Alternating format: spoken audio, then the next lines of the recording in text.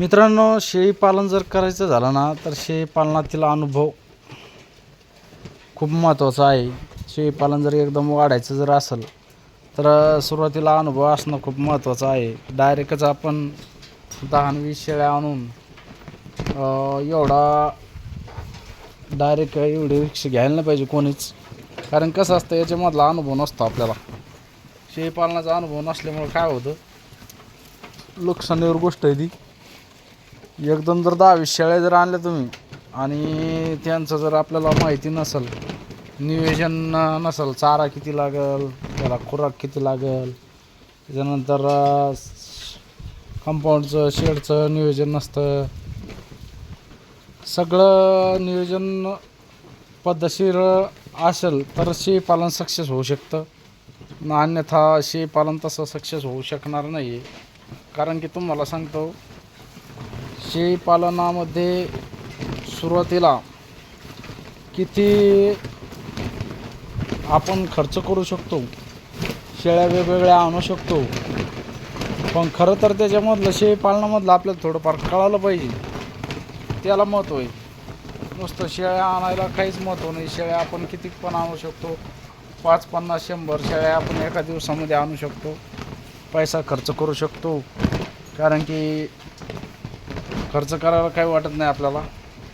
पण ज्यावेळेस याच्यावरती काही अडचणी येतात त्यावेळेस माणसाला लक्षात येतं की आपण शेळीपालन केलं बरोबर आहे, पण याच्यातला अभ्यास आपल्याला नसल्यामुळं आपले किती नुकसान होते हे बऱ्याच जणांना लक्षात आलेलं आहे.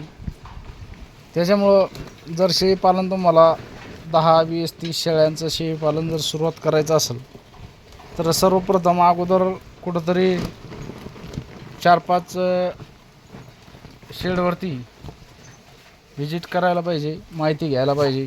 त्याच्यानंतरच शेळीपालनाची रिस्क घ्यायला पाहिजे आपण.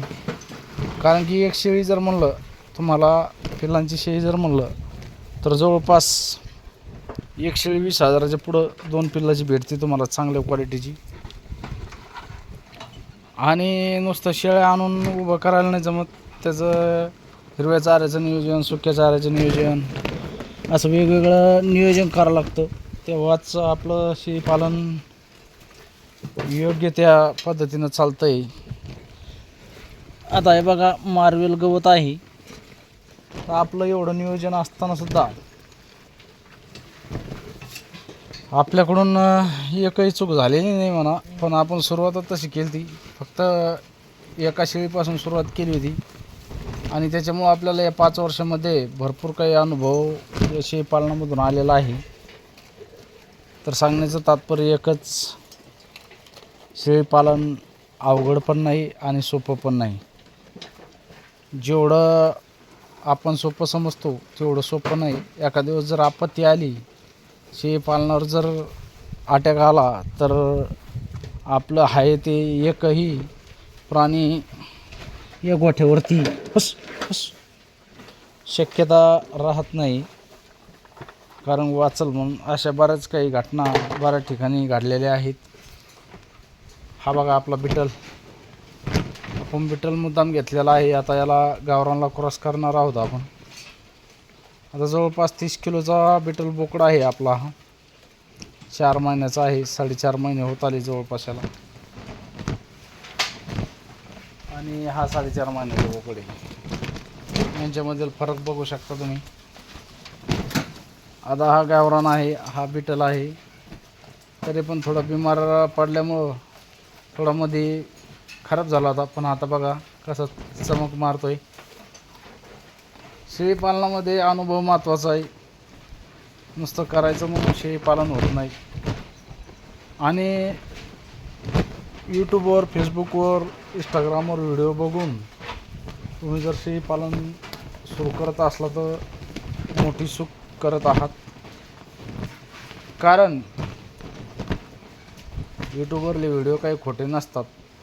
पण सांगण्याचं तात्पर्य एकच, आज मला 5 वर्ष झाले.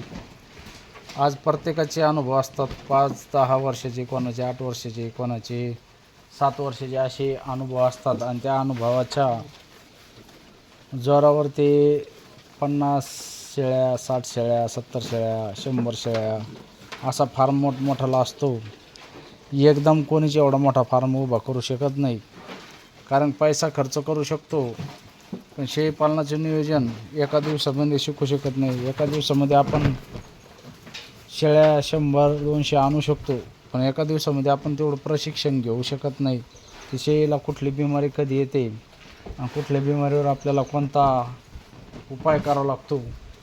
असं जर म्हणलं तर आपल्याला तेवढं नियोजन कधीच इतक्या लवकर येत नाही. त्याला 2-3-4 वर्ष आपल्याला जाऊ द्यावं लागतात. तेव्हा आपल्याला कुठंतरी शेळीपालनाची थोडीफार माहिती आपल्याला होऊन जाते. त्याच्यामुळं मी सांगतोय, कसं आहे, नुकसान होण्या अगोदर आपण कसं आहे ते म्हणत नाही का, पाणी पाऊस येण्या अगोदर वळण बांधलेलं चांगलं असतं असं काहीतरी म्हणे, माझ्या काही एवढी लक्षात नाही. तर तसं असतं. अगोदर प्रशिक्षण आपण काही प्रशिक्षण घेतलेलं नाही, पण तुम्हाला तेवढा अभ्यास तरी पाहिजे.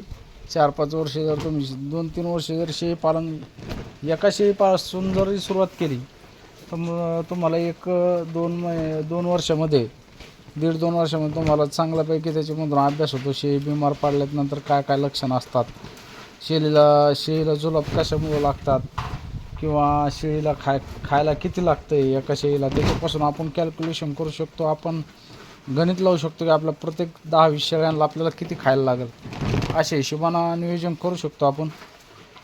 तर त्याच्यामुळं नियोजन खूप महत्त्वाचं आहे मित्रांनो. कोणताही व्यवसाय करायचं म्हणलं तर नुसतं पैसा गुंतवून नाही जमत, आणि शेळीपालन म्हणजे एवढं सोपं नाही. याच्यामध्ये रिस्क भरपूर आहे, कारण की एका शेळीवर जर अटॅक आला तर सांगताच येत नाही. असे बरेच काही फार्म बसलेले आहेत की 4-8 दिवसामध्ये पूर्ण संपलेला आहे. त्याच्यामुळं बरेच जण विचार करून शेळीपालन करतायत,